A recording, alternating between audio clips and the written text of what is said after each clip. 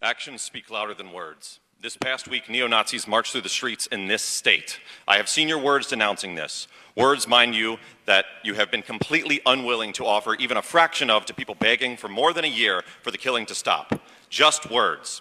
Now let's talk about actions. Dr. Adnan al-Bursh was an orthopedic surgeon who spent years saving lives in Gaza. Last December, at Al-Auda Hospital, Israel surrounded the facility and detained every man there, under the threat of destroying the hospital with every woman and child inside if the men did not evacuate. Dr. al-Bursh was one of the many doctors arrested. From Gaza, he was taken to the notorious Sde Timan concentration camp, where he was stripped, beaten, tortured, sodomized, and raped to death. You are all willing to ignore me, but you can read about it from the Israeli human rights organization Hamoked. Dr. al-Bursh was just one of thousands.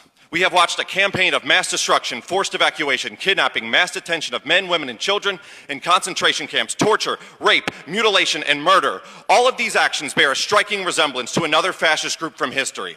So ask yourself, do you think it's likely that neo-Nazis will hear your words denouncing them and then decide to leave their flags and hatred at home?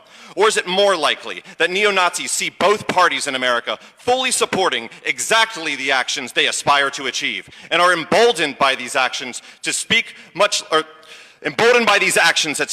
louder than your useless words? When you support fascism abroad, you're leaving room for fascism to grow at home. You're either working against it or you're working for it. When we're seeing the images that made us say never again, when we're seeing the images that made us say never forget, how many elections need to be lost before you understand that actions are required, not words? How many people need to be raped to death before you stop being selective with your empathy? And how many people do we need to see crying, missing pieces of their families and of their own bodies before we take action and call for an arms embargo against a rogue fascist state carrying out another Holocaust?